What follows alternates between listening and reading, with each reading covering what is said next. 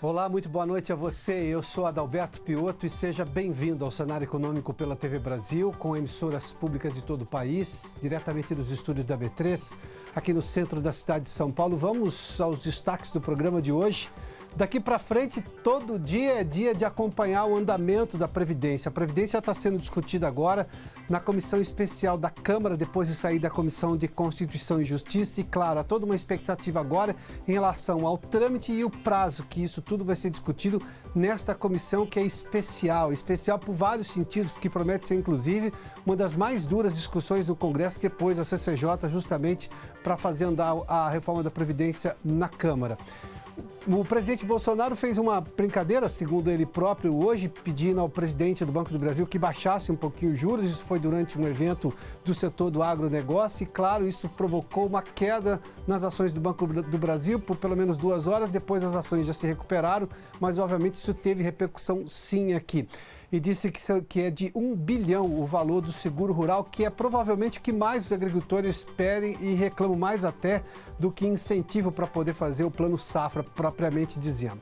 Vamos seguir aqui que no Boletim Focus está em compasso de espera. Muitos dos dados da semana passada são iguais aos da semana anterior, ou seja, não há grandes variações, justamente até com uma melhora em relação à produção industrial. E, por fim, o dólar em leve alta, a bolsa estável, o dólar em leve alta, tudo isso a gente conversa aqui e mostra no Cenário Econômico que já está no ar.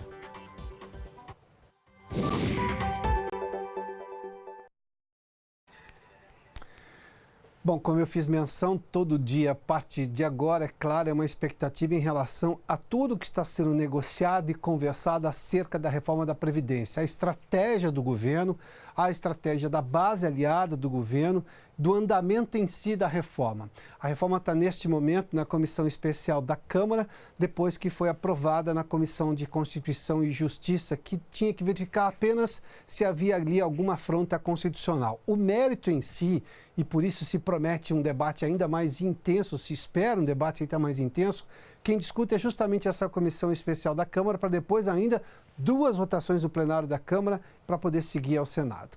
O Paulo Leite está conosco em Brasília e tem informações sobre o andamento da reforma da Previdência nesta segunda-feira, na abertura dessa semana. Paulo, boa noite, seja bem-vindo aqui ao Cenário Econômico.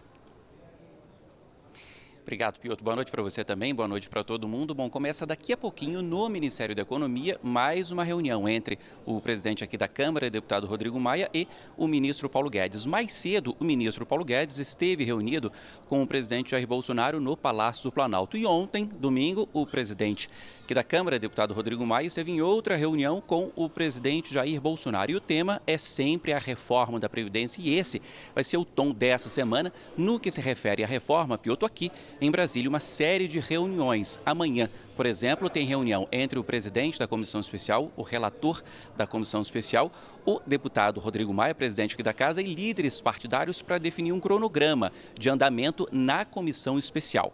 Eu lembro que a Comissão Especial tem 49 deputados titulares e para aprovar o texto ali é preciso ter o voto de pelo menos 25 desses 49 deputados titulares. Quarta-feira, depois de amanhã, é feriado, Dia do Trabalhador, portanto, não haverá praticamente nada. E a primeira sessão valendo na comissão é na terça-feira da semana que vem. Aí sim começa a contar prazo, como você falou, né? Define conteúdo, tira uma parte, coloca outra parte para depois, se for aprovada nessa comissão especial, o texto vem aqui para o plenário da Câmara dos Deputados. A expectativa, né, falando de prazo, é do relator e do presidente votar na comissão no fim de junho ou no começo de julho deste ano. Mas é um longo processo. Resumindo, portanto, Piotto, uma semana de reuniões aqui em Brasília. Começa daqui a pouquinho no Ministério da Economia, uma reunião entre Rodrigo Maia e Paulo Guedes. Amanhã mais reuniões. Agora começo de fato da sessão na Comissão Especial, terça-feira da semana que vem. Com você.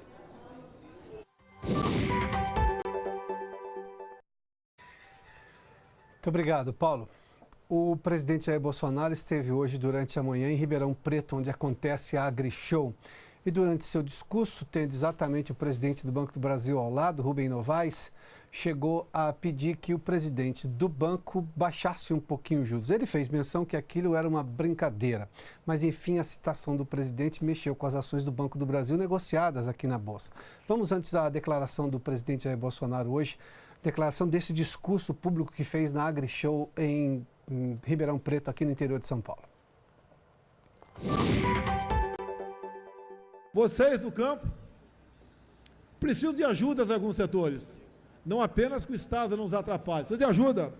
Agradeço aqui o nosso prezado Rubem Novaes, presidente do Banco do Brasil, que traz, né, R$1 bilhão para investir nessa área. Eu apenas apelo, Rubens, me permite fazer uma brincadeira aqui, né? Eu apenas apelo para o seu coração, para o seu patriotismo, para que esses juros, tendo em vista você parecer ser um cristão de verdade, caia um pouquinho mais. Tenho certeza que as nossas orações tocarão o seu coração.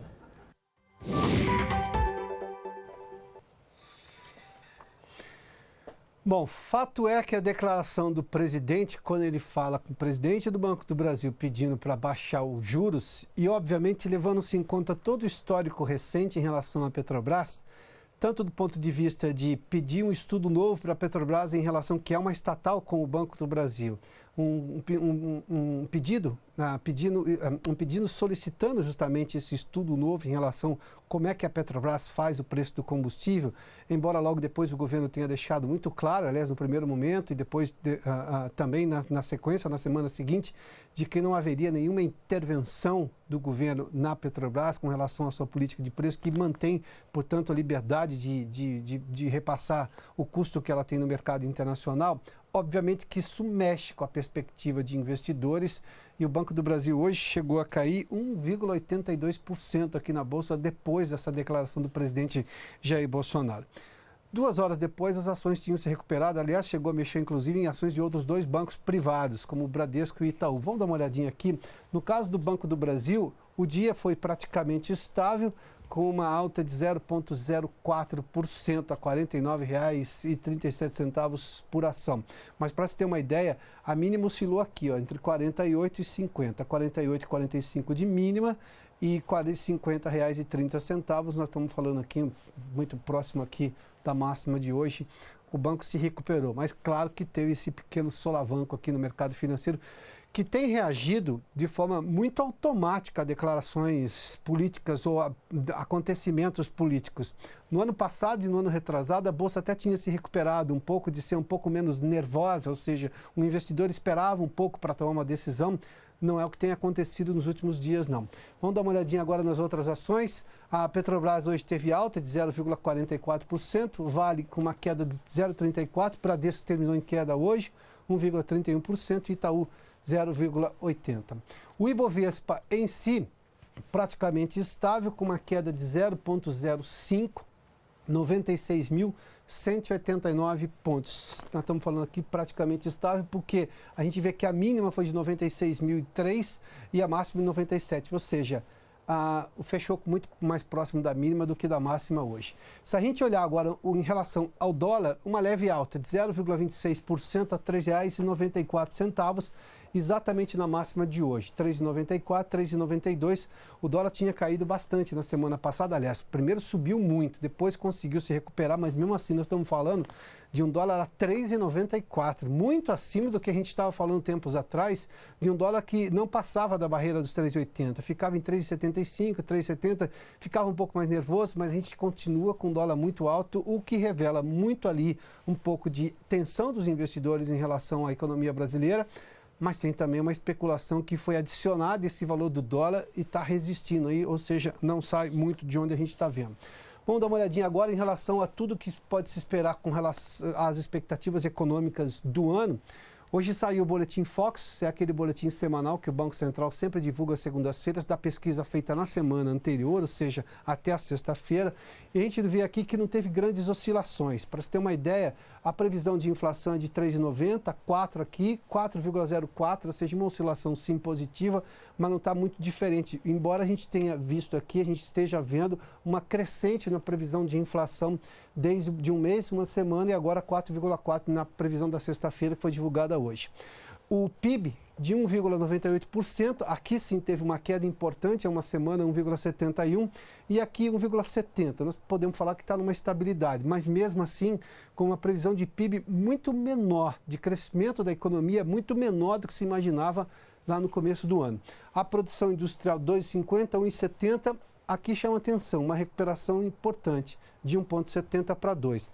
Mas nós estamos falando de PIB, do crescimento geral da economia, do produto interno bruto pequeno, e estamos falando também, obviamente, de uma produção industrial que está muito aquém. Aí vale lembrar o seguinte, a gente vai falar de um outro problema. A Argentina tem uma previsão de greve amanhã, de greve geral no país, tanto que algumas empresas aéreas estão suspendendo voos, inclusive entre o Brasil e a Argentina. Mas a Argentina é grande compradora de produtos manufaturados, produtos industrializados brasileiros, ou seja, a indústria precisa, num primeiro momento, da recuperação da Argentina ou abrir novos mercados para poder escoar sua produção, além, claro, da recuperação interna do consumo. Tudo isso, a Argentina tem uma crise que não se sabe exatamente quando vai sair.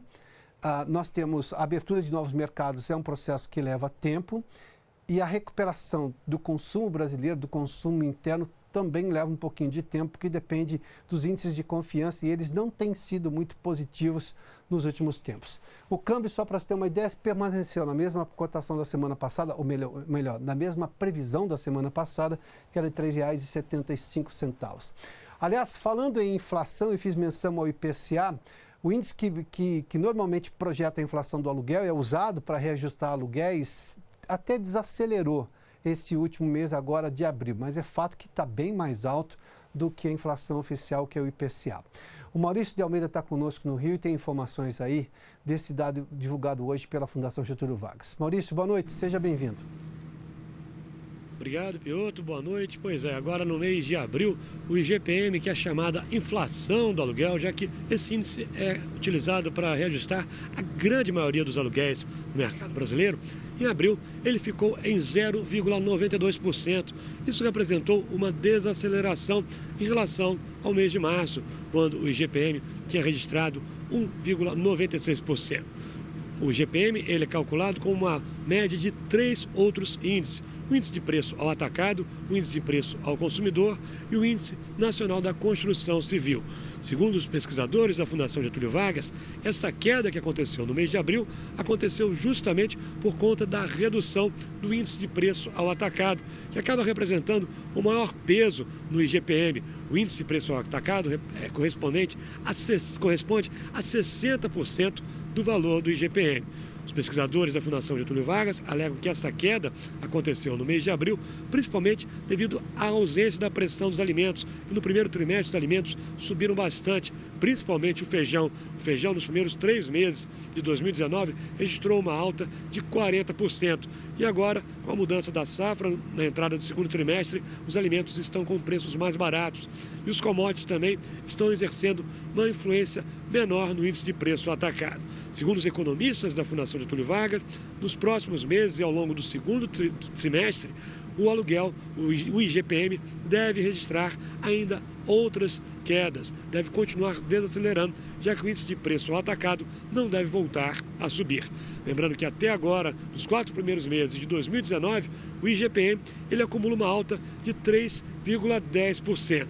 Quando falamos nos últimos 12 meses, aí sim temos uma alta bem considerável. O IGPM está registrando um aumento de 8,54% nos últimos 12 meses, enquanto a inflação oficial, que é calculada pelo IBGE, que é o IPCA ele tem um índice de 4,58% nos últimos 12 meses, ou seja, o IGPM está quase o dobro da inflação oficial. Mas, de acordo com a Fundação Getúlio Vargas, nos próximos meses ele deve começar a cair e se aproximar do índice oficial da inflação.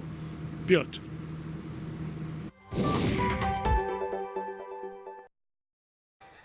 Muito obrigado, Maurício. Por isso, se você tem um aluguel reajustado pelo IGPM, você vai, nos últimos 12 meses, 8,64% de aumento. Se você tem um contrato de trabalho reajustado pelo IPCA, você vai ter um reajuste muito menor. Por isso que cada um tem a sua inflação. Depende no que você gasta. Se você compra só feijão, por exemplo, feijão subiu 40%, diga-se de passagem. Bom, vamos seguir aqui porque tem uma previsão de greve na Argentina amanhã e algumas companhias aéreas suspenderam voos. A Vanessa Casalino conversa conosco e tem detalhes. Vanessa? Oi, Piotr. Boa noite a você, boa noite a todos. As companhias aéreas estão cancelando voos para o país vizinho por causa de uma greve de 24 horas anunciada pelos sindicatos em protesto contra a política econômica do presidente Maurício Macri. Latam, Gol e Azul cancelaram todos os voos de amanhã, terça-feira, e aerolíneas argentinas também. Ao todo, 90 voos da Latam no país vizinho não vão decolar. A companhia recomendou aos passageiros com bilhetes marcados para amanhã que reprogramem a data. Informou ainda que vai oferecer a opção de reembolso sem multa. A Gol disse que já comunicou todos os clientes com antecedência e que remarcou as viagens de acordo com a preferência e a necessidade de cada passageiro. A Azul cancelou 6 voos, um deles já desta segunda-feira. No caso da Aerolíneas Argentinas, 350 voos vão ser afetados, num total de 22 mil passageiros. Em crise econômica, a Argentina enfrenta recessão, inflação e dólar nas alturas. A cotação da moeda chegou a bater a marca de 48 pesos na semana passada. Nesse contexto, o presidente Macri lançou um programa de austeridade que é criticado pelos sindicatos e pelos opositores e que levou a essa paralisação geral de 24 horas convocada para terça-feira, Piotr.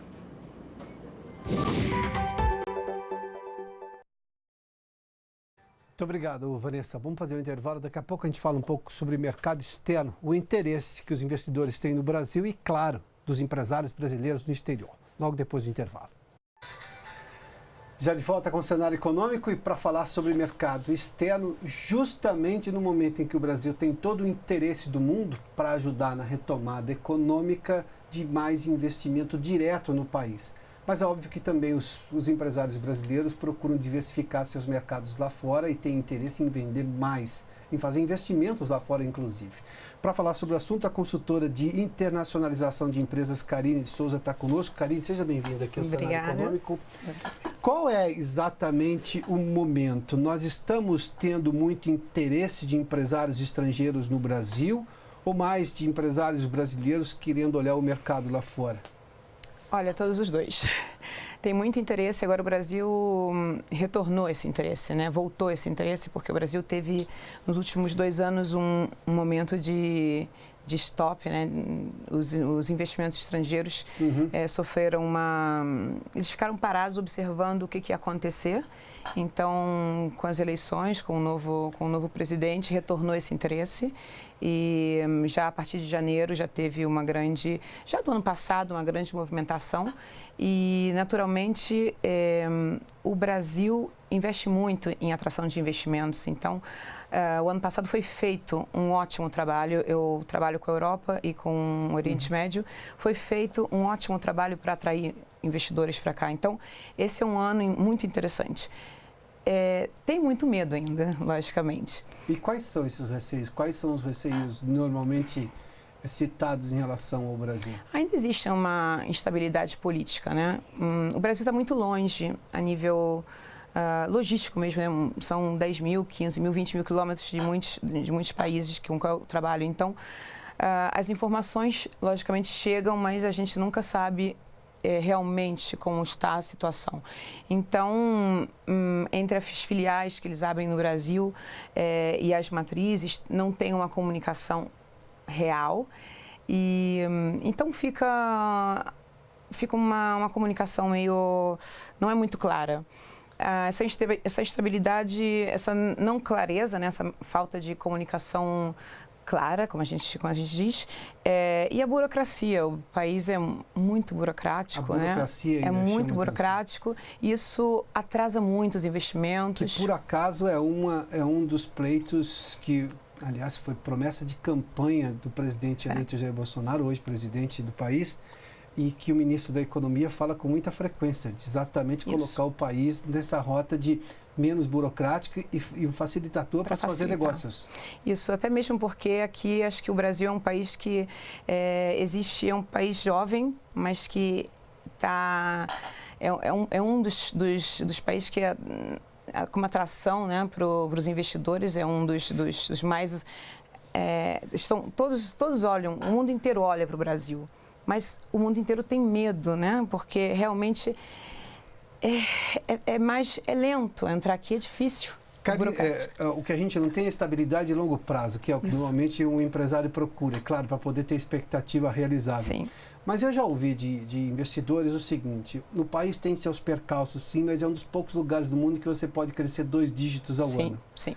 Como é que isso vai na decisão do empresário hoje? O que você sente quando conversa com eles? Tá, eu tenho um risco maior, mas eu tenho uma chance maior de retorno. Olha, a história dos investimentos feitos no Brasil por outras empresas, por grandes indústrias e por pequenas empresas também, é o nosso ponto de força, né? Então, a gente fazemos planejamentos, né, e mostramos os números dessas empresas. As experiências das empresas que já vieram. Sim, case history de outras empresas que já vieram. Os casos reais, né? Casos reais, porque só não funciona no Brasil quem não quer. Logicamente, o Brasil não é um país como a gente diz, para principiantes, né? Não é um país para... Você tem que vir para cá bem estruturado, porque muitos acham que é fácil, né? Eles não têm conhecimento, mas se organizam bem, é um país que dá muito, porque os investidores chegam aqui com tecnologia, know-how, eles conseguem movimentar a economia, então tem resultado. Resultado tem, é visível, se vê com os números, não é uma coisa... É real. E então acho que é assim que a gente consegue. E, além disso, tem muita atração. Os estados, principalmente, eu trabalho muito com São Paulo e Minas Gerais.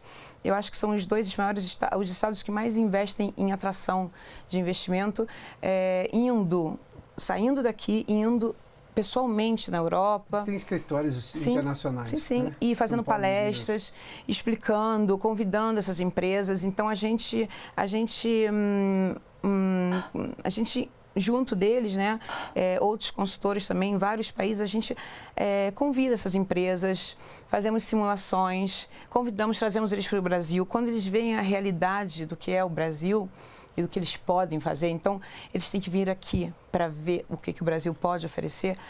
Tudo muda e tem um grande apoio para essas empresas aqui. E o que o empresário brasileiro está vendo lá fora? O empresário brasileiro... No sentido contrário agora. O empresário brasileiro tem muito a oferecer. O empresário brasileiro tem medo porque ele pensa que antes de ir para o exterior, ele tem que conquistar o Brasil. O Brasil é um continente, né? Sim.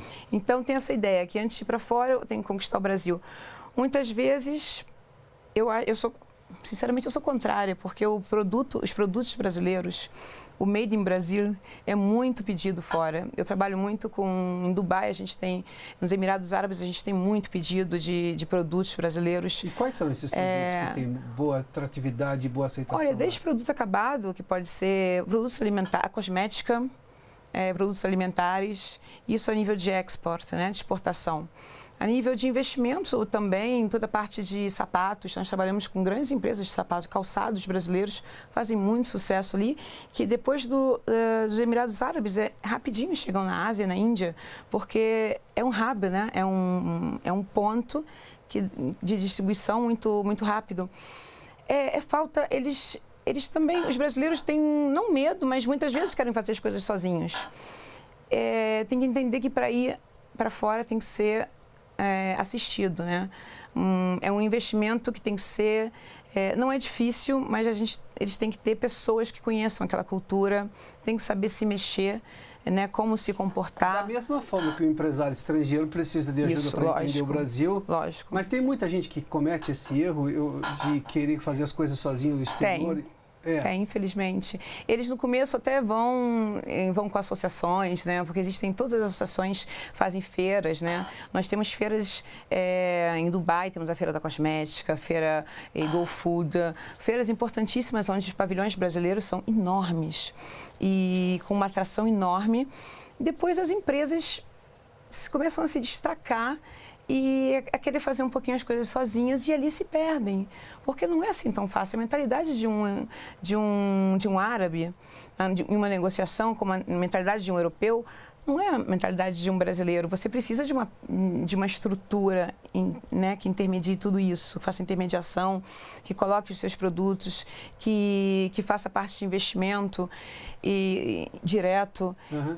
E essa tentativa de querer fazer tudo sozinho acaba queimando o mundo é o mesmo, a mas as oportunidade. cabeças são diferentes. É isso, é isso. Karine, muito obrigado pela entrevista. Obrigada a você pela oportunidade. Sucesso. Muito obrigada. Boa estada aqui no Brasil. Pois é, Você tá vai morando ser na Itália já há 27 anos. Bom, bem-vinda novamente à sua Obrigada. terra. Obrigado Muito pela obrigada mesmo.